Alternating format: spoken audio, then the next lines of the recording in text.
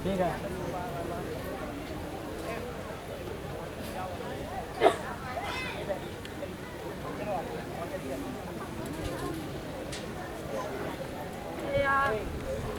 यार चलो यार चलो उधर 312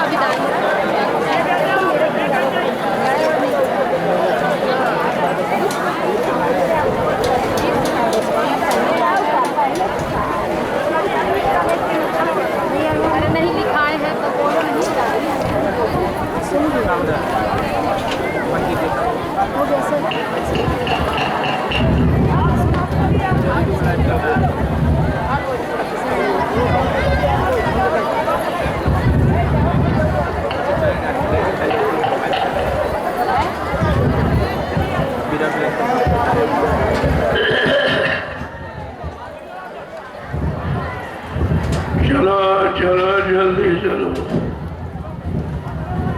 आ जाओ मैदान में, सब लोग शांति से बैठो, कोई बोलेगा नहीं, बिल्कुल शांति से संदेश को सुनो।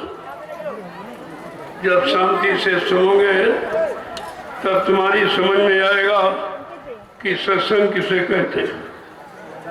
सत्संग कोई कथा वार्ता का नाम नहीं है, सत्संग कोई भाषण स्पीच प्रवचन का काम नहीं है, सत्संग कोई मनोरंजन नहीं है। ये संत महापुरुषों की वचन वाणी जो हम सदियों की भवपार कहानी है। ये जीवात्माएं भवसागर के पार कैसे जाएंगी, अपने मालिक प्रीतम का कैसे दर्शन दीदार करेंगी। प्रेमियों, इस युक्ति का नाम है सत्संग। सत्य माने ईश्वर, संग माने साक्षात्कार। ये जीवात्मा सुरत रूप मुद्दतों से मालिक का साथ छोड़ चुकी है।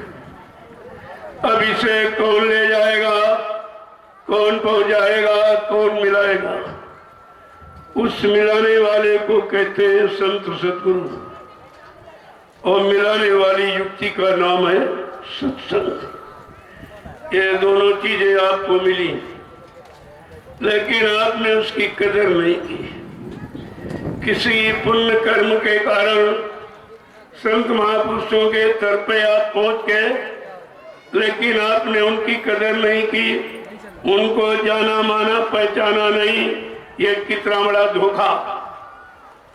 ये धोखे की पूर्ति रुपए पैसे धन दौलत सामान से नहीं कर सकते। महापुरुषों की दया, उनकी कृपा, उनकी मौज पर निर्भर होती है। कब किस पर किस तरह खुश हो जाए, किसको क्या दे दे, ये तो लेने वाला भी नहीं जानता है, केवल देने वाला ही जानता है कि कौन जीव किस वस्तु के योग्य है, कौन जीव किस वस्तु की संभाल कर सकता, उसको वही चीज प्रदान की जाती है। इसी में आपको शंका हो जाती, इनको ऐसा क्यों कह दिया, इनको क्यों डांट फटकार दिया। अरे ये आप नहीं समझते हो, डांट दया है, डांटना फटकारना संत मत में दया है। चीजों पर दया की जाती है, उसी को डांटा फटकारा जाता है, या जो अपना होता है उसी को डांटा जाता, और पड़ोसी को आप नहीं डांट सकते हो। अपने को डांटा जाता है, अपने को मारा जाता है, धमकाया जाता है, किसी तरह से वो अपने रास्ते पर बना दे, बुरे रास्ते को छोड़ दे, अच्छे सच्चे रास्ते पर आकर चले, ताकि वो एक अच्छा सच्चा पुरुष बन जाए। तभी तो महापुरुषों की दौलत आप ले सकोगे। लेकिन बुराई, निंदा, चुगली इधर उधर की, इनको तो इससे कुछ मिलने वाला नहीं है। ये सौदा बड़े पाक साफ दिलों का है। निर्मल मन जन सो मोहि पावे, और मैं छल छिद्र कपट नहीं भावे। कितना साफ साफ संत गोस्वामी जी महाराज ने रामचरितमानस के उत्तरकांड में सबको लिख दिया। इसमें सारे प्रश्नों का उत्तर, सारी समस्याओं का समाधान, लेकिन बगैर संत महापुरुषों के आप समझ भी नहीं सकते हो। वो तो जिसकी वस्तु है वही बताएगा, या जिसका वो जानकार होगा वो बता देगा। बाकी ये दुनियावी सांसारिक, ये भौतिक कागजी विद्या पढ़ने वाले ये अध्यात्म को नहीं समझ सकते। अगर अध्यात्म को समझते हैं तो आज ये रोकथाम नहीं की जाती। हमारा देश धार्मिक देश है। आज धर्म के लिए बाधा, धार्मिक कार्यों के लिए रोक, जबकि भगवान राम ने धर्म की स्थापना के लिए यानी रावण से लड़ाई लड़नी पड़ी। धर्म के लिए भगवान कृष्ण को महाभारत करना पड़ा। आज धार्मिक देश में धार्मिक सत्ता होते हुए भी आज धर्म पर कितना भारी रोड़ा अटकाया गया है। जब देश में धर्म नहीं होगा तो क्या होगा, परिणाम क्या होगा कि जब जब होए धर्म की हानि, बाढ़े असुर अधम अभिमानी, तब तब प्रभु धर्म मनुष्य शरीरा, हरे सदा सज्जन की पीड़ा। कितना बड़ा प्रमाण लिखा हुआ। क्या इन लोगों ने इसको नहीं पढ़ा कि हम धर्म में बाधा डाल रहे हैं, धार्मिक व्यवस्था में बाधा डाल रहे हैं, जबकि हमारा हिंदुस्तान धार्मिक देश है, मजहबी मुल्क है। आज उसके बारे में किसी को कोई ज्ञान नहीं, कोई समझदारी नहीं, कोई सूझबूझ नहीं, कोई अनुभव यानी एक्सपीरियंस नहीं, तभी तो इनकी समझ में नहीं आ रहा। जबकि गीता ने भी यही कहा, यदा यदा ही धर्मस् ग्लानिर्भवति भारते अभ्युत्थानम धर्मस्य तदात्मानं सृजाम्यहम्। कितना साफ साफ लिखा है। गीता इतना कह के शांत नहीं हुई, और भी कुछ कहा है। उसको शायद लोगों ने पढ़ा ही नहीं है। अगर पढ़ा होता तो शायद आज इस गुरु पूजा पावन पर्व जो सारे हिंदुस्तान में सभी मजहब धर्म के लोग अपने अपने गुरु की पूजा करते हैं, अपने अपने गुरु को याद करते हैं, अपने गुरु की गौरव गरिमा समझते हैं। लेकिन आज ये हो क्या गया। हमें तो बड़ा आश्चर्य हो रहा है कि जब धर्म पर अंकुश लगा दिया जाएगा, धार्मिक व्यवस्था, धार्मिक नीति रीति और धार्मिक के वचन इनको रोक दिया जाएगा, तो परिणाम कितना बुरा होगा, कितना बुरा होगा। ये बात इनकी समझ में नहीं आ रही। और जो ये बीमारी महामारी और ये जो फैली है, ये केवल धर्म को रोकने के कारण, क्योंकि लोग धर्म की परिभाषा नहीं जानते। धर्म धारित जो धारण किया जाए, जीवन में उतारा जाए, अपने जीवन को उसके अनुसार चलाया जाए, उसको कहते हैं धर्म। और कर्म जो इंद्रियों से किया जाए वो कर्म है। पूजा है, पाठ है, तीर्थ है, व्रत है, हवन जप तप यज्ञ गंगा स्नान, ये कर्म है। जब अच्छे कर्म करोगे तो व्यवस्था बनेगी और बढ़ेगी। बुरे कर्म करोगे तो व्यवस्था बिगड़ जाएगी, चाहे शरीर की हो, चाहे परिवार की हो, चाहे समाज देश दुनिया की हो। आज व्यवस्था बिगड़ने का कारण केवल यही है कि धर्म की बात समझ में नहीं आई। धर्म क्या है ये तो लोगों को सिखाया नहीं गया। किसी विद्वान से पूछो कि धर्म किसे कहते हैं तो फट से आपसे कहेगा पूजा करो, पाठ करो, तीर्थ करो, व्रत करो, हवन जप जप गंगा स्नान करो। अरे प्रेमियों, करो माने कर्म और धरो माने धर्म। जो धारण किया जाए, जीवन में उतारा जाए, उसके अनुसार पूरे जीवन को निकाला जाए, उसको धर्म कहते हैं। ये व्यवस्था बिगड़ गई। जिस व्यवस्था को, जिस धर्म को भगवान राम ने रावण से लड़ाई लड़के धर्म की स्थापना की थी, ऐसे हंसी मजाक में धर्म नहीं होता।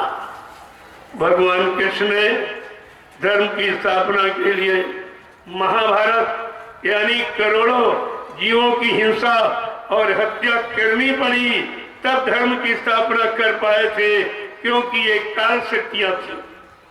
लेकिन आज कलयुग में संत दयाल शक्ति, संत अवतार हुआ है, वो मार काट हिंसा नहीं करेगा। वो अपनी वैचारिक क्रांति के द्वारा देश दुनिया में परिवर्तन करके दिखा देगा। ये परिवर्तन सब आपके नजरों के सामने आएगा। थोड़ा समय का इंतजार करो। जब धर्म पर रोना लगेगा, धार्मिक कार्यों पर, धार्मिक वचनों पर जो नीति और सिद्धांत है, जब उन पर रोक दिया जाएगा तो देश की व्यवस्था और बिगड़ जाएगी। एकदम सब यानी बिल्कुल अधर्मी हो जाएंगे। आज आप देखिए, मुर्गा और बकरा ये तुम्हारी कौन सी हानि करता है? बकरी तो जब इंसान पैदा होता है तो कहा जाता बकरी का दूध ले आओ। बकरी ने माँ का रोल अदा किया, जीवन भर आपको दूध पिलाती है, लेकिन तुम्हारा बकरी के साथ क्या व्यवहार है, जरा उस पर विचार करो। तुम मार काट के खा रहे हो उसको, जिसने माँ का रोल अदा किया, जीवन भर दूध पिलाया। और मुर्गा, तुम्हारी ये विज्ञान की बनाई घड़ी फेल हो सकती, बंद हो सकती, लेकिन कुदरत की ये बनाई घड़ी मुर्गा ठीक 4 बजे आवाज देता, ऐ मुसलमानों जाओ जाओ, खुदा की इबादत का समय हो गया। ऐ हिंदुओं जान जाओ, ये पूजा पाठ और भजन का समय हो गया। जो इतनी अच्छी नेक भली शिक्षा काम के लिए आपको जगा रहा हो, आज तुम्हारा मुर्गे के साथ क्या व्यवहार है कि मार काट के खा रहे हो? ये मानवता है, ये इंसानियत है, ये प्रेम प्यार मोहब्बत, ये सेवा दया सदाचार, इसमें परमात्मा खुदा की याद, इसमें माँ बहन बेटी की पहचान। अरे इसमें कुछ है? तुमने जो किया है वही तुम्हारा पाप अब बरस रहा है। वही है तुम्हारे सामने बीमारी, महामारी, लड़ाई और झगड़ा, प्राकृतिक प्रकोप, दैवी प्रकोप के रूप में तुम्हारे पर बरस रहा है जो तुमने किया। महात्मा हमेशा तुम्हें सच्चे अच्छे काम पर चलने की शिक्षा देते, चलाने के लिए प्रार्थना करते, लेकिन जब तुम सही सच्चे अच्छे रास्ते पर चलना भूल जाओगे, रास्ते का ज्ञान खत्म हो जाएगा, तो मुसीबत आपत्ति संघर्ष, बीमारी, महामारियों में आप जकड़ जाओगे, फंस जाओगे, जैसा आज हो रहा है। अगर ये परमिशन मिला होता, ये मैदान कम पड़ जाता, ये सब जमीन यहाँ कम पड़ जाती। इतना धार्मिक भाव विचारों को लेकर प्रेमी उपस्थित होता। यहाँ कोई आंदोलन करने, तोड़फोड़ करने, रैली रैली निकालना, यानी राष्ट्रीय संपत्ति का दुरुपयोग करने वाला या कोई व्यक्ति नहीं आया। ये सब शाकाहारी सदाचारी है।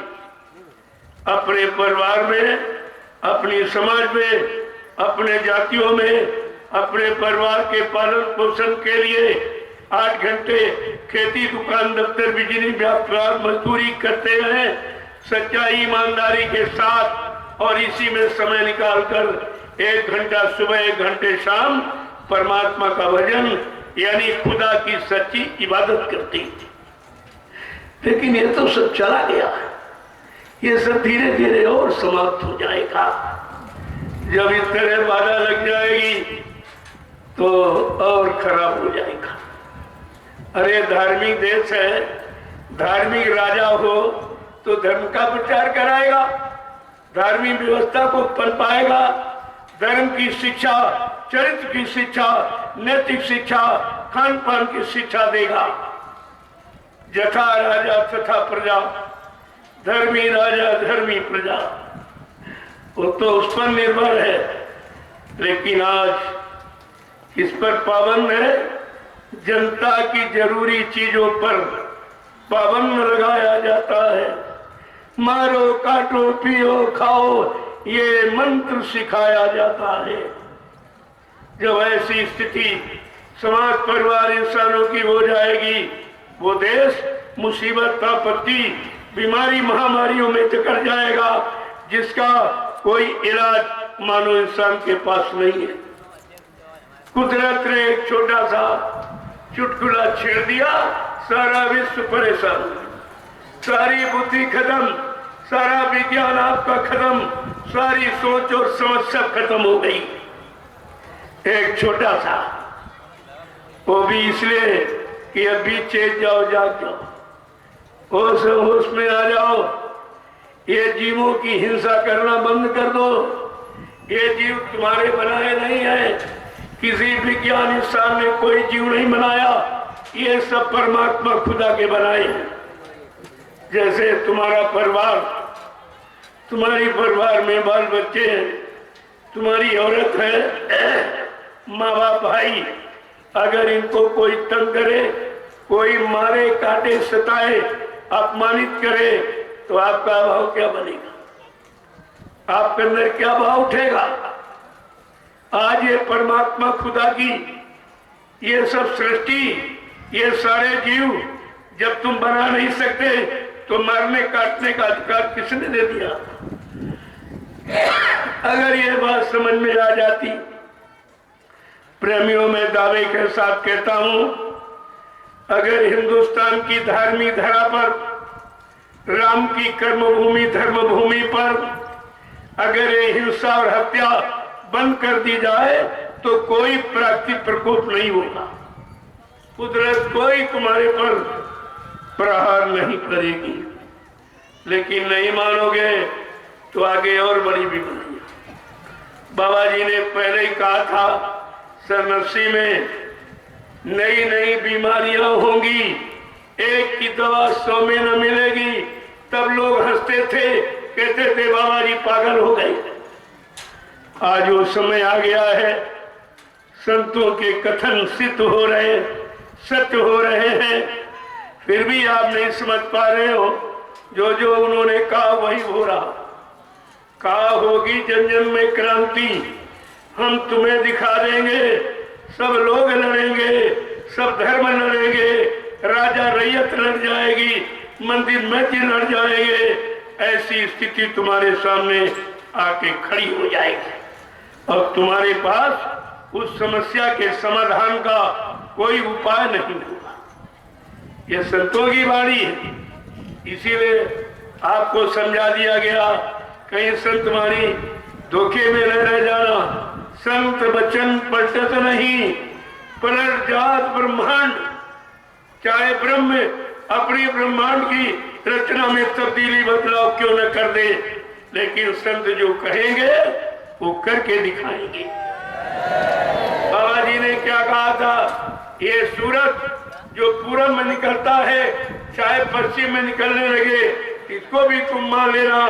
ये जमीन आसमान की जगह ले ले, आसमान जमीन की जगह पर आ जाए, तुम इसको भी मान लेना।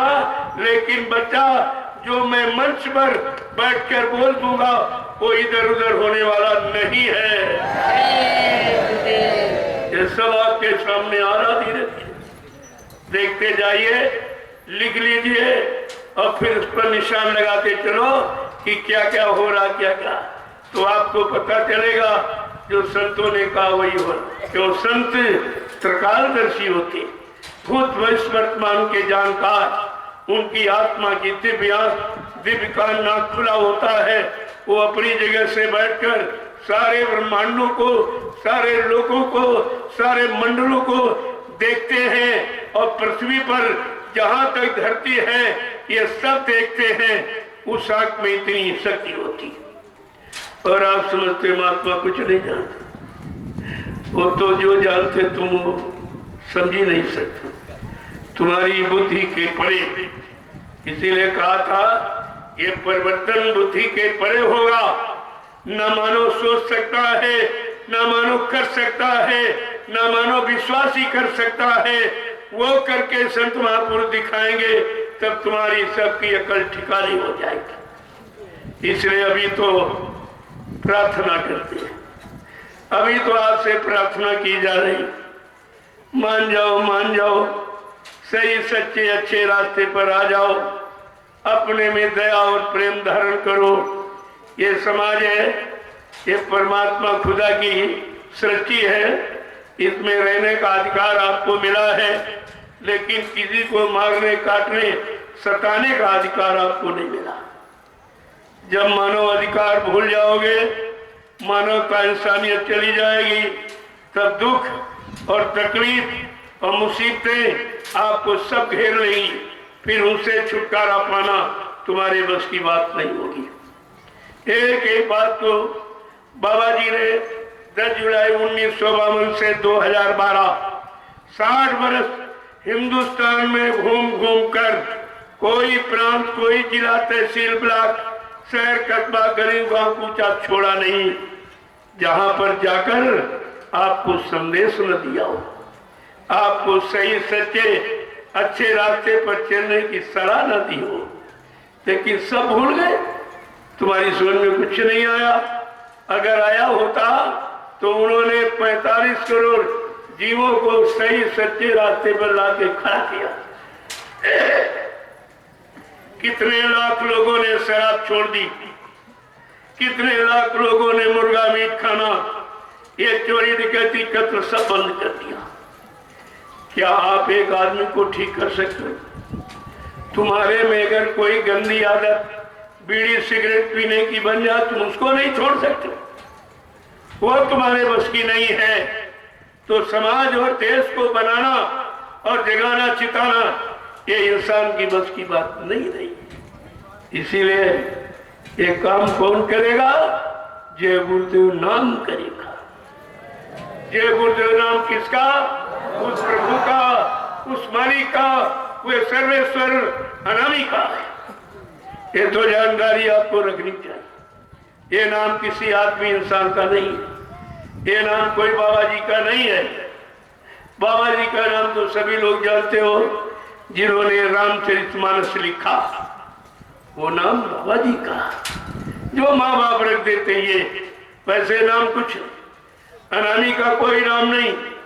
जो नाम रख दो या जो नाम बता दे, वो उसी नाम से खुश हो जाते हैं, तुम्हारा काम कर देते हैं। कि वैसे उनका कोई नाम नहीं। जब वो मानव शरीर धारण करते हैं तो किसी न किसी परिवार में तो आते ही हैं, कोई न कोई जात पात में तो पैदा हो जाते हैं, लेकिन उनकी यहाँ कोई जाति नहीं होती।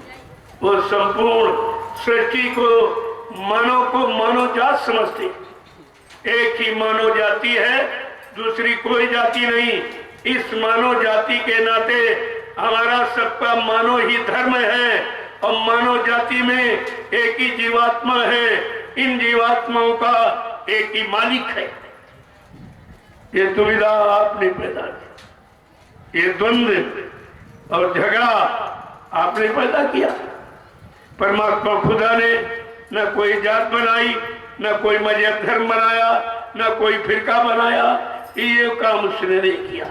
उसने सिर्फ एक मानव इंसानी शक्ल आपको दे दी। उस मानव शरीर को चाहे हिंदू कह लो, मुसलमान कह लो, सिख ईसाई कह लो, ब्राह्मण क्षत्रिय वैश्य सर्जन, छोटा बड़ा गरीब अमीर, पढ़ा लिखा अनपढ़, स्त्री पुरुष, ये कुछ भी आप कह लो, लेकिन परमात्मा खुदा ने एक इंसानी जात बनाई थी। अब यह जरूर है, काल ने थोड़ी चालाकी करके जीवों को फंसाने के लिए एक दुविधा बना दी कि स्त्री और पुरुष और सब ठीक, लेकिन थोड़ा सा अंतर कर दिया और उसी अंतर में स्त्री पुरुष में फंस गई और पुरुष स्त्री में फंस गया। अब ये निकलना मुश्किल है। ये है काल की चाल। ये काल की चाल को मिटाने के लिए दयाल आया हुआ है और दयाल ने आवाज लगा दी कि कलयुग जाएगा और सतयुग आएगा। कोई माई का लाल इसे रोक नहीं सकता। कहा था, सब कुछ बताया आपको। कहा मैं परिवर्तन करने आया हूँ, परिवर्तन करके ही जाऊंगा। कोई भी माई का लाल हमें इस परिवर्तन करने से न रोक सकता है, न मेरा काम कोई कर सकता है। ये छोटी बात है, ये किसी के बस की बात की परिवर्तन कर दे। अरे ऋतु परिवर्तन तुम्हारे बस का नहीं, आदतों का परिवर्तन करना तुम्हारे बस का नहीं, दूषित खान पान का परिवर्तन करने तो करके तुम्हारे बस का नहीं, लेकिन जो युग परिवर्तन करने आया, कितनी बात आपके सामने कितनी बड़ी आवाज लगा दी कि मैं परिवर्तन करने आया हूँ, परिवर्तन करके ही जाऊंगा। मैं ऐसे जाने वाला नहीं हूँ जैसे आमतौर से आए मर के चले गए। कहा मैं काम करके जाऊंगा। कहा था मैं कलयुग को भगाऊंगा और सतयुग को लाऊंगा। न्याय व्यवस्था, रोजी रोटी की व्यवस्था, ये सब बनाऊंगा। कोई दुखी नहीं होगा, कोई यानी किसी तरह से परेशान नहीं होगा। सबको न्याय, सुरक्षा और रोजी रोटी की व्यवस्था दूंगा। किसके द्वारा? दूरदर्शी के द्वारा। ये सब आपको इशारा करके बताया गया, लेकिन आप तो सब भूल जाते हो, बचनों को याद नहीं रखते हो, तभी तुम अच्छे और सच्चे काम से में जा नहीं पाते हो और बुराइयों से बच नहीं पाते हो। अगर वचनों को याद कर लो, बाबा जी ने और क्या कहा था, मैं कलयुग का इतिहास बनाने आया हूँ। ऐसा इतिहास बनाऊंगा जो भूते न भविष्य थे, सतयुग त्रेता द्वापर के लोग अपने अपने युग का इतिहास पढ़ना भूल जाएंगे।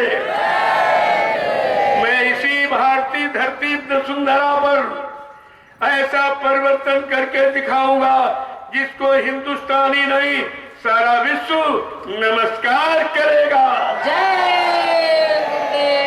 या और कभी किसी ने ऐसा कहा है, या ऐसा कोई कह रहा है, या ऐसा कोई कह सकेगा? आप अपने गुरु को नहीं पहचान पाए, जिन्होंने ऐसी अनोखी आवाज, ऐसा विलक्षण दिव्य संदेश दिया जो यहाँ कोई जानता ही नहीं, किसी को जानकारी नहीं थी। जब हमें आपको नामदान दिया तो क्या कहा, बच्चा मैं अजय रमण देश से आया हूँ। जब तक इन जीवात्माओं को अजर अमर देश नहीं पहुंचा लूंगा। मैं मानव शरीर को छोड़ के जाने वाला नहीं हूं। गुरु ने ये कहा और चेले कहते बाबा जी मर के चले, अपने गुरु को झूठा बता रहे। इनको ये भी शर्म नहीं आती है कि हम अपने गुरु की निंदा कर रहे हैं, गुरु को झूठा बना रहे हैं, यानी दगाबाज और झूठ बोलने वाला, यानी मतलब ये सब कह रहे हैं। इनका परिणाम क्या होगा? जे जन गुरु प्रति निंदा करें ते चमगादड़ है भोतरही। जो गुरु की निंदा करता है वो चमगादड़ की योनि में जाता है। चमगादड़ एक पक्षी है जिसकी सूरज निकलते आंख बंद हो जाती, इतना नारकी पात की है कि सूर्य भगवान का दर्शन भी नहीं कर सकता और पूरे दिन पेड़ में उल्टा टंगा रहता। ये सजा है। न कोई भोजन देता है न कोई पानी देता है। ये है गुरु की निंदा का फल। क्या तुम सब लोग इसी योनि में जाने की तैयारी कर रहे हो? क्या इस अपराध की सजा पाने की तैयारी कर रहे हो? आखिर आप कर क्या रहे? ये आपको समझना चाहिए। मैं तो सिर्फ इशारा करूंगा, जानता तो सब, लेकिन अभी बताऊंगा नहीं। अभी समय नहीं है, क्योंकि तुम्हारे में भूलने की आदत है, शब्द पकड़ने की आदत नहीं है, समझने की आदत नहीं है, निरख परख सूझबूझ की आदत नहीं है। इसलिए मैं सिर्फ इशारा करूंगा। समझदार इशारा समझदार के लिए होता। जो समझदार है वो सब समझ जाएगा कि क्या है, क्यों कहा गया, किस समय के लिए कहा गया। जब तुम सब भूल गए हो तो तुमको बताना तो निरर्थक ही होगा। इसलिए प्रेमियों, एक एक शब्द को सावधानी के साथ पकड़ के रखो। आगे का समय बहुत खराब, इतना खराब है जिसके बारे में कोई सोच नहीं सकता, समझ नहीं सकता। उस भयावह स्थिति को कोई बता नहीं सकता। इतना खराब समय आने वाला है, क्योंकि ये लोग मानने वाले नहीं है। अगर मानना होता तो आज इस कार्यक्रम पर रोक लगाई जाती। क्या मैं कोई तोड़ फोड़ आंदोलन करना सिखाता हूँ? मैं राष्ट्रीय संपत्ति का दुरुपयोग करना सिखाता हूँ? शासक प्रशासक का कोई अपमान करना सिखाता हूँ? कम से कम लोगों को समझना चाहिए ये जमघट वो नहीं है जो अन्यत्र आप देखते। ये बिल्कुल एकदम निराला, ये सत्यु लाने की तैयारी में है और वो कलयुग में जकड़े पड़े हैं। वो सत्यु की बात कैसे समझेगी? उनकी समझ में नहीं आएगा। इसलिए एक एक वचन को संभाल के पकड़ो। ये गुरु पूर्णिमा पावन पर्व है और आप उस पर पधारे हुए। मैंने कहा था भाई संदेश सुन लो और मतलब यानी प्रसाद ले लो और धीरे धीरे यहां से चलो, यानी भीड़ मत करो। भीड़ से कोई काम बनता नहीं है। आपने मथुरा का नजारा देखा, इतनी भीड़ हिंदुस्तान में किसी के पास नहीं थी। वो भीड़ में एक भी नहीं निकला, एक भी ऐसा नहीं निकला जिसने गुरु को समझा हो, गुरु को अपना माना हो और अपने आप को गुरु के हवाले किया हो। ऐसा एक भी व्यक्ति नहीं निकला।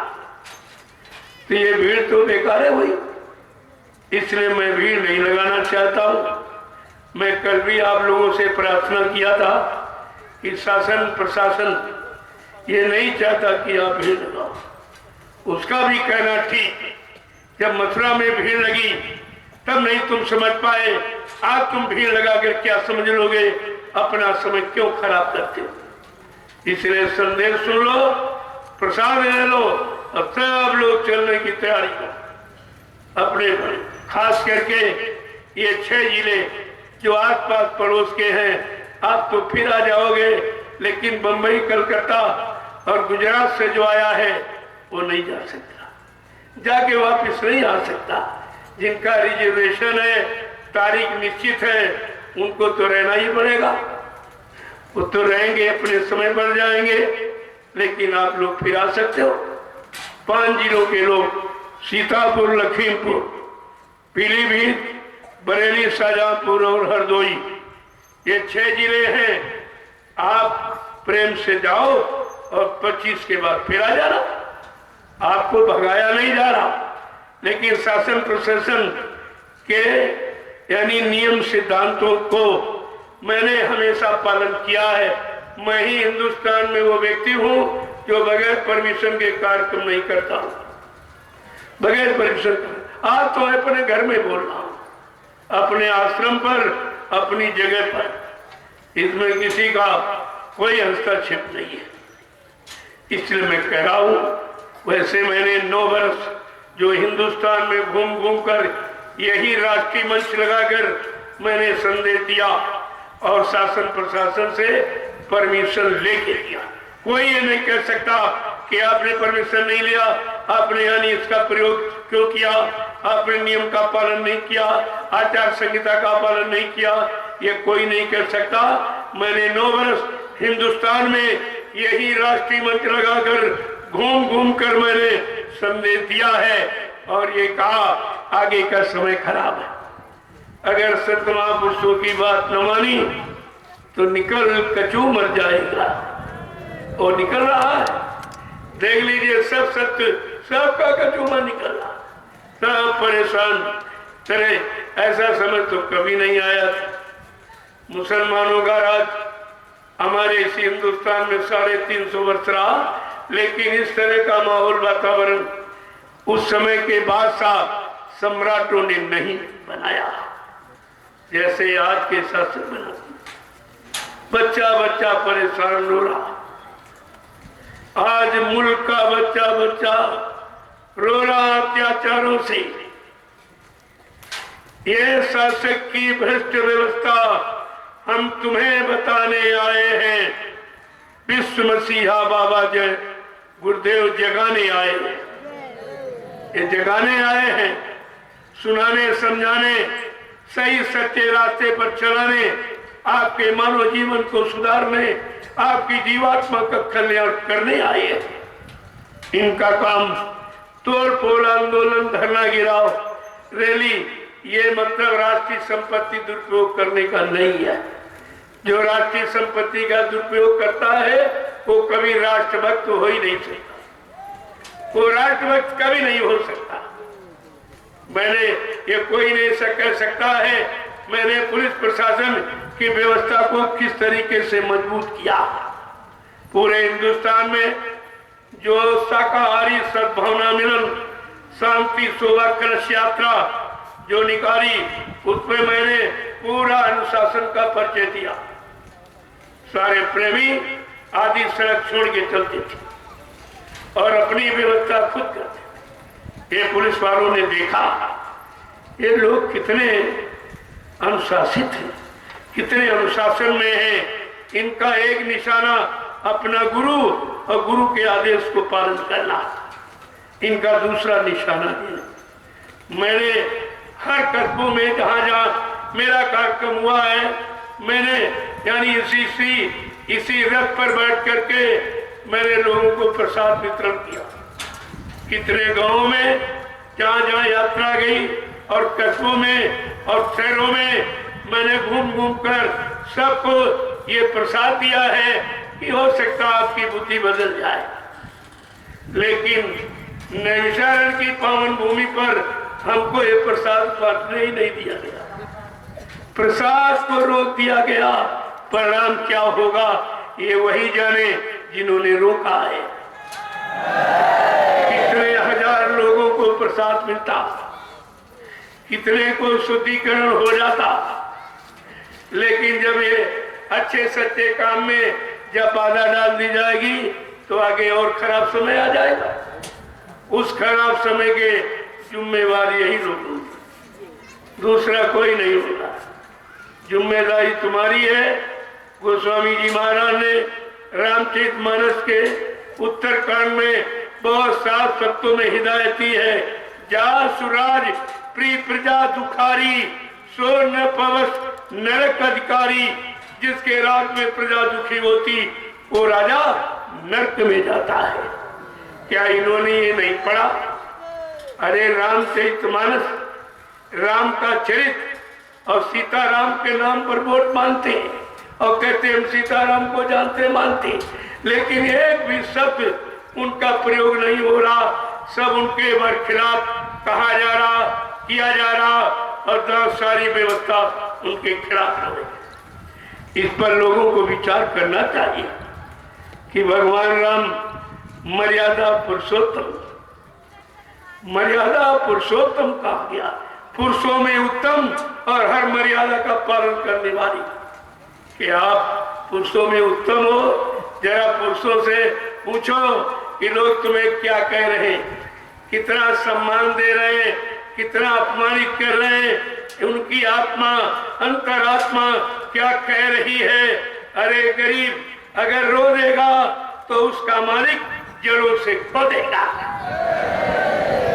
उसका मालिक जड़ों से खोदेगा। ये सब सिद्धांत पढ़ने चाहिए, उसके अनुसार चलना चाहिए, तब तो राजा और प्रजा ये दोनों सुखी हो जाएंगे, नहीं तो ये दुख जाने वाला नहीं है।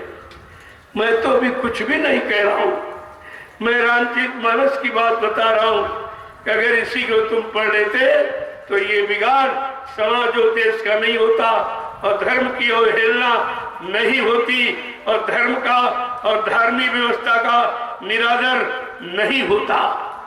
ये सब आपको सोचना चाहिए। इसलिए मैं कोई समय ज्यादा नहीं लेने आया हूं, लेकिन बताने जरूर आया हूं, बताने आया हूं कि आगे का समय कैसा आ रहा।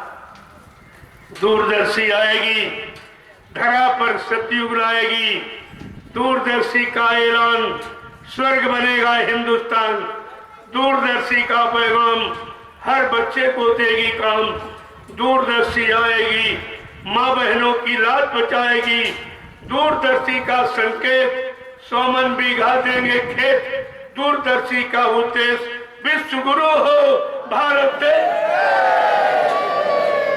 ऐसी व्यवस्था का सूत्रपात बाबा जय गुरुदेव जी महाराज ने किया। 24 मार्च सन 1980 को अहमदाबाद में दूरदर्शी को जन्म दिया गया, जिसका राष्ट्रीय अधिवेशन हरियाणा प्रांत के करनाल जिले के कालिदास रंगशाला पार्क में 6, 7, 8 फरवरी को किया गया।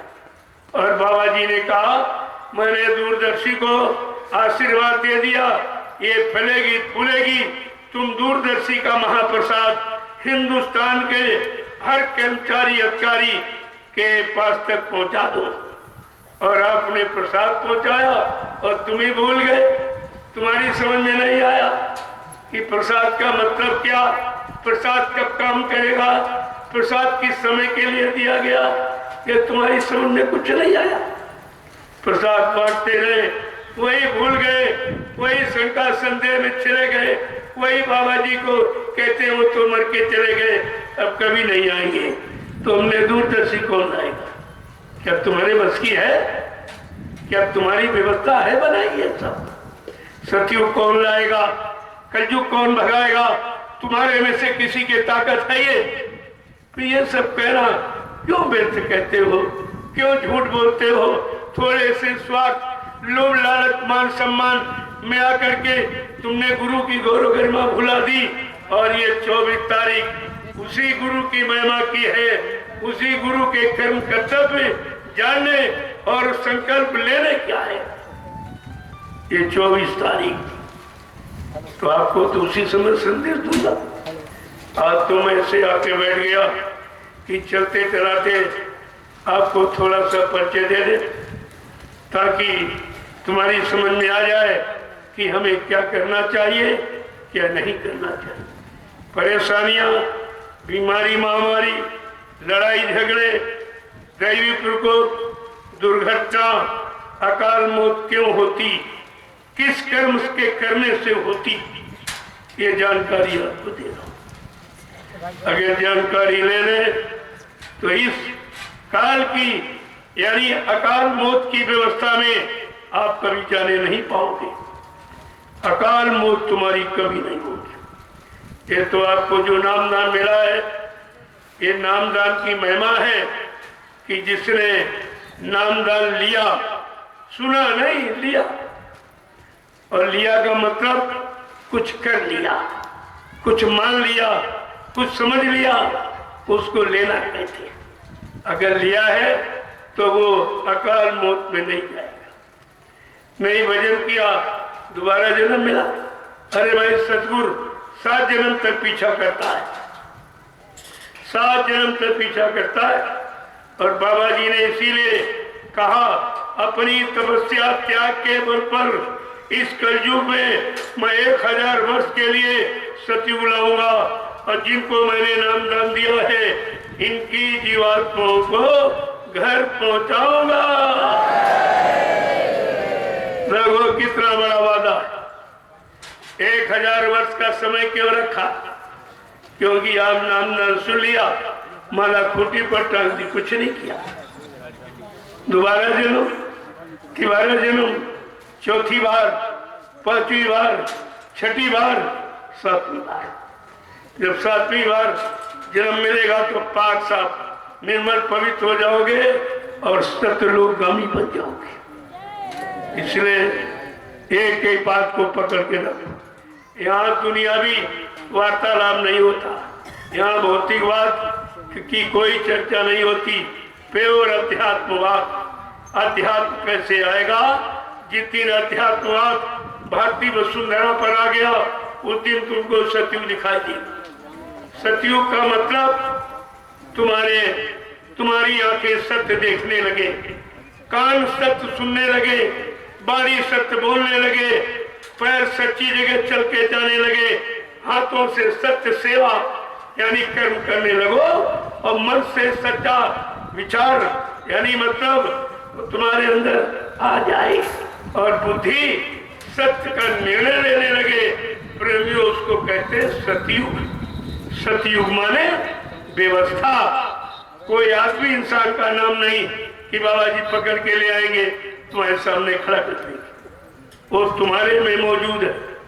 सतयुग भी मौजूद है, कलयुग भी मौजूद। लेकिन अगर सतयुगी व्यवस्था में लाके तुमको खड़ा कर दिया जाए तो तुम्हारे में से सतयुग निकल आएगा। तुम ही कहोगे हाँ ये सतयुग है, कहीं से लाया नहीं जाता। जैसे कोई बात आपको समझाई जाए, बड़ी देर में समझ आती तो समझ में तुम्हारे में थी, लेकिन वो समझ में नहीं थी, ना समझ में थी, और धीरे धीरे प्रयास करके जब ना समझ को हटा दिया गया और समझ आ गई तो तुम्हारे में से यानी सत्य निकल पड़ा कि सत्य तो यही है। प्रेमियों, आज तो समय नहीं है, मैं 24 तारीख को संदेश दूंगा। क्यों? गुरु पूर्णिमा पावन पर 24 को है। वैसे मैंने आपके लिए समय बढ़ा दिया, 30 तारीख तक पूजा होती रहेगी।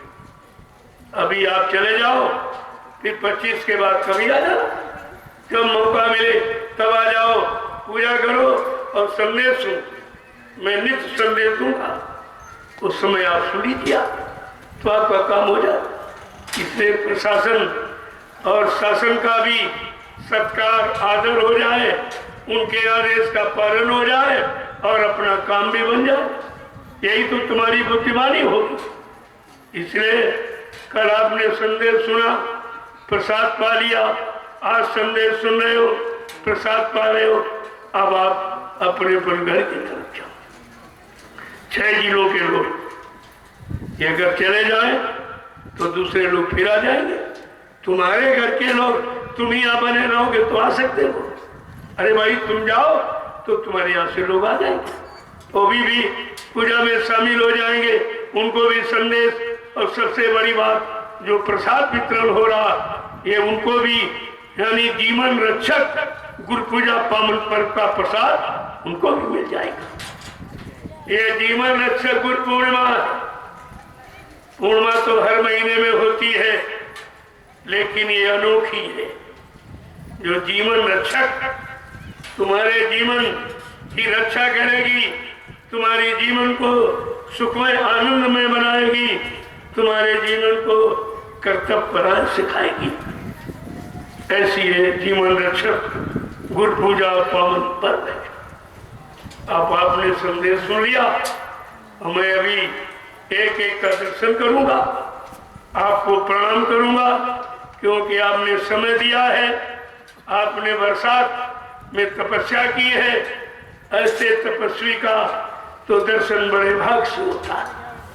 मैं आप सबका दर्शन करूंगा, आप सबको प्रणाम करूंगा और आप सबको प्रसाद दूंगा जीवन रक्षक गुरु पूर्णिमा का। अब आप प्रसाद ले लो, घर जाओ, दूसरों को मौका दो, वो लोग आ जाए तो शासन प्रशासन का आदेश भी पालन हो जाए और आप सबका काम भी हो जाए, दोनों काम हो जाएंगे। इसलिए मैंने कल भी आपसे निवेदन प्रार्थना की, लेकिन जब आप हमारी बात नहीं मानते हो तो फिर यहाँ आए क्या करने? फिर किसकी बात मानने आए हो? किसके आदेश का पालन करने आए हो? अगर आपने आदेश का पालन नहीं किया, तुम्हें जैसे आदेश मिला था तुरंत झोला उठाते चल देती, तो दया तुम्हारे साथ बनी रहती। तुमने दया भी हटा ली, किसी बात को माना नहीं, समझा नहीं, और यहाँ व्यर्थ में पड़े हो। कोई लाभ इसका नहीं, पड़े रहने का लाभ नहीं है, सुनकर चले जाने का लाभ है, क्योंकि आदेश जाने का है। वो तो आपको जो देना है तुम्हारे घर में फेंक दिया जाएगा, यहाँ पड़े रहो तो क्या मिल जाएगा? अगर देने वाला नहीं दे रहा, तुम जिंदगी बिता दो, यहाँ कुछ नहीं मिलेगा। आदेश पालन में सब कुछ रखा हुआ। इसलिए हमारी पुनः सबसे प्रार्थना, ये 6 जिलों के लिए, आप तो थोड़ी दूर हो फिर आ जाओगे, लेकिन जो है बाहर महाराष्ट्र, गुजरात और मतलब यानी दिल्ली और हिमाचल और उत्तरांचल और मतलब यानी नेपाल देश से जो लोग आए हुए हैं वो तो नहीं जा सकते, उनकी तारीखें निश्चित है और आप जाकर फिर आ जाओगे, तो तुम्हारा इसमें कितना बड़ा भला है। आदेश पालन में सब कुछ है। अनुशासन में रहकर आप सब कुछ छीन सकते हो, तुम्हारा अधिकार बनता है, लेकिन आदेश पालन नहीं किया, अनुशासन में नहीं रहे, तो यहाँ पड़े रहने से कुछ मिलने वाला नहीं है। इस बात को बड़े साफ शब्दों में सुने। मैं दोबारा फिर प्रार्थना करता हूँ, आप सब लोग संदेश सुने हो, मैं आपका दर्शन कर लूं और आप यानी मतलब प्रसाद ले लें और घर चले जाए, और 25 के बाद फिर आ जाओ, फिर सुनो, फिर चले जाओ, जब मौका मिले तब आ जाओ। यहाँ इस तरह की कोई पाबंदी नहीं है, लेकिन जो सरकार का नियम है उसको हमें आपको मानना चाहिए, क्योंकि मैंने 9 वर्ष यानी सरकार के आदेश का पालन करके पूरे हिंदुस्तान में यही राष्ट्रीय मंच लगाकर मैंने धर्म का संदेश दिया है। कोई ये नहीं कह सकता शासन प्रशासन की हमारी बात नहीं मानी, हमसे पूछा नहीं, हमसे आदेश नहीं लिया। तो मैं तो आदेश सबसे लेता हूँ, हमेशा लेता हूँ, लेता रहूंगा, क्योंकि मैं मर्यादा में हूँ और आप मर्यादा को जानते नहीं हो। इतना अंतर हमारे यहाँ में। जय गुरुदेव, जय गुरुदेव, जय गुरुदेव, जय गुरुदेव, जय गुरुदेव। नाम किसका? प्रभु का, जय गुरुदेव। नाम किसका? प्रभु का, जय गुरुदेव। नाम किसका? प्रभु का, प्रभु का प्यारा नाम। जय गुरुदेव। जरा खड़े हो जाइए। तो जितनी देर तुम्हारे खड़े होने में है, बस इतनी देर परिवर्तन में उतनी देर आप चुस्त फुर्त अनुशासन मर्यादित व्यवस्था में आ जाओ। परिवर्तन तुम्हारे लिए हो रहा, तुम्हें सुख शांति देने के लिए हो रहा, तुम्हें न्याय सुरक्षा रोजी रोटी देने के लिए जो 70 साल की आजादी में किसी ने नहीं दिया, वो देने के लिए। तो आप अपनी बात को समझो और पकड़ो और अपने रास्ते पर चलो। जय गुरुदेव, जय गुरुदेव, जय गुरुदेव, जय गुरुदेव। नाम किसका? जय गुरुदेव। नाम किसका? प्रभु का प्यारा नाम। जोर से बोले, सब मिल बोले, बोलना होगा। अभी से बोले, दुख दर्द हरेंगे, सब कष्ट मिटेंगे, सुख शांति भी देंगे। सबके दाता, सबके मालिक, प्रेम से बोलो। ये नाम नहीं इंसान का, ये नाम है प्रभु का, ये काम नहीं इंसान का। ये काम है प्रभु का। जय गुरुदेव। अब आप लोग लाइन से खड़े हो जाओ, मैं आपका दर्शन कर लूं, एक एक को प्रणाम कर लूं और ये जीवन रक्षक कुरपूजा पावन पर्व का प्रसाद और अपने घर की तैयारी, ताकि और दूसरे लोगों को भी मौका मिले। जब तुम ही बनो रहोगे, संख्या बढ़ाए रहोगे, तो दूसरों को आने नहीं दिया जाएगा। तो पाबंदी तुम्हारे लिए लगी है कि तुम यहाँ फालतू का समय खराब करते हो, भंडारों पर बोझा बनते हो। भंडारी की रोटी कितनी कठिन है तुम समझते नहीं हो, ये कितनी कठिन। भंडारे की रोटी के 9 अंगुल दांत और भजन करे तो उबरे, नहीं तो फारे आंख, इतना ये खराब हो। इसलिए घर जाओ और समय मिले 25 के बाद फिर चले आओ। आपको मना थोड़ी किया जा रहा, लेकिन व्यवस्था को ध्यान में रखते हुए व्यवस्था का भी पालन हो जाए, उनकी हमारे पुलिस कर्मचारी अधिकारियों का सम्मान रह जाए, उनकी भी गौरव गरिमा बनी रहे, और इसी बीच हम लोग अपनी गुरु पूजा का पावन पर्व मनाकर और प्रसाद को प्राप्त कर लें। ये दोनों काम हो जाएंगे। तो धीरे धीरे आप चलिए, चलो धीरे धीरे निकलो। अभी मैं आपका दर्शन किए देता हूँ, प्रसाद दिए देता हूँ, और प्रसाद लेकर और भंडारे का महाप्रसाद खाकर आप घर की तैयारी करो। आपको 2 सत्संग मिल गए, सबको सत्संग मिलने चाहिए। जो परिवार में रह गए, जब तुम जाओगे तभी तो आएंगे परिवार वाले, दूसरे लोग तभी आएंगे। अरे तुम्हारे घर में तो कार्यक्रम हो रहा, 6 जिलों के लोगों को सोचना चाहिए। तुम्हारे घर में कार्यक्रम, जब तुम यहाँ आकर के पड़े रहोगे तो ये बाहर से जो लोग आ रहे हैं, इनका सम्मान कैसे करोगे? इनको कहाँ बिठाओगे, कहाँ लिटाओगे, कहाँ भोजन कराओगे, कहाँ ये बैठ के भजन कर सकेंगे? ये तुम्हारी जिम्मेवारी 6 जिलों की है, लेकिन तुम बातें नहीं सुनते।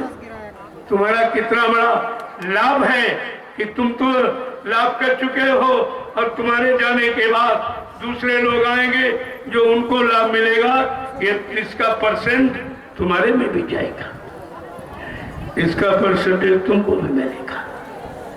इसलिए बात को समझा करो। जय गुरुदेव। जय गुरुदेव। सतयुग कौन लाएगा? जय गुरुदेव। सतयुग कौन लाएगा?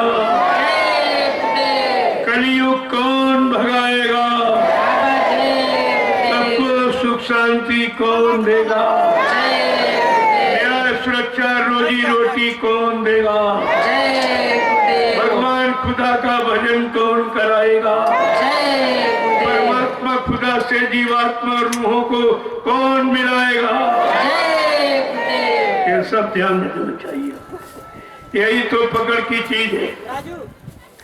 तो मैं यहीं से विराम ले रहा हूँ। मैं तो थोड़ा इशारा करने के लिए बैठ गया। संदेश तो खुल गए 24 तारीख को, और फिर इसके बाद बराबर संदेश चलता रहेगा। 25, 26, 27, 28, 29, 30 को आप संदेश सुनिए, लेकिन 24 तक आप भीड़ भाड़ मत करो। ये बात मानो। मैंने कल भी कहा, भी प्रार्थना कर रहा हूँ, जब हमारी बात नहीं मानोगे किसकी मानोगे? हमारा आदेश नहीं मानोगे, फिर आप यहाँ करने के आए हो? क्या करने आए? किसके लिए आए हो? किसका आदेश पालन करने आए हो? इसलिए आदेश सर्वोपरि है। अरे आदेश ही भक्ति है, आदेश ही भजन है। ये क्यों नहीं समझते हो? जय गुरुदेव। मैं यहीं से अपनी वाणी को विराम दे रहा हूँ। कोई भूल चूक त्रुटि गलती कहने बोलने में हो गई हो तो आप लोग हमें क्षमा करिएगा। हमें छोटा समझकर क्षमा करें, और आप अपने पर घर जाने की तैयारी करो, क्योंकि पीछे बहुत लोग बेचारे बैठे हैं। वो भी चाहते हमको जीवन रक्षक गुरु पूजा पावन पर्व का हमें संदेश मिल जाए, हमें महाप्रसाद मिल जाए, हमारे पाप कर्मों की माफी मिल जाए। सभी चाहते हैं, और तुम सहयोगी हो। अगर सहयोग दे दो, जो उनको लाभ मिल जाएगा उसमें तुम्हारा कमीशन बन जाएगा, कमीशन बन जाएगा।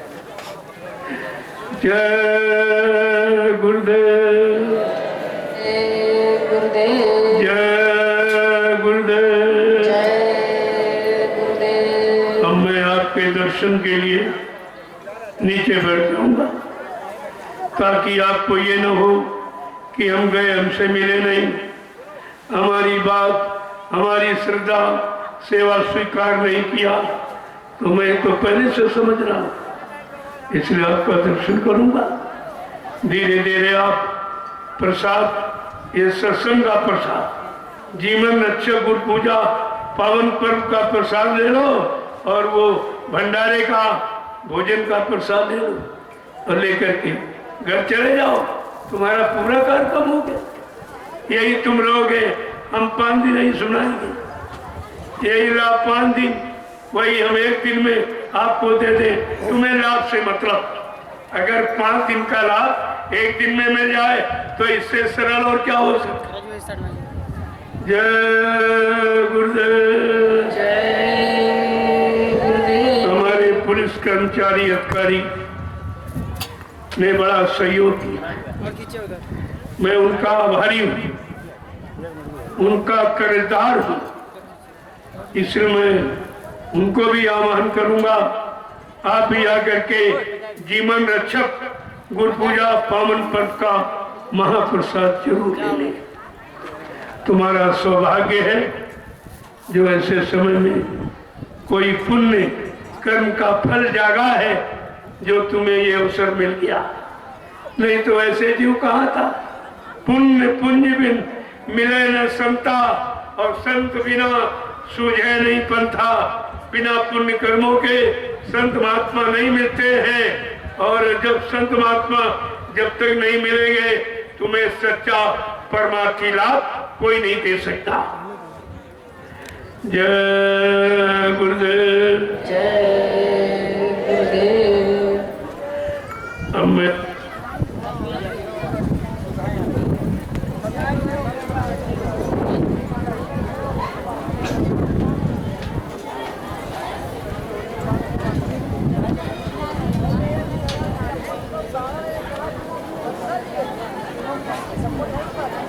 आप लोग निकाल दीजिए, बाहर में निकाल दीजिए।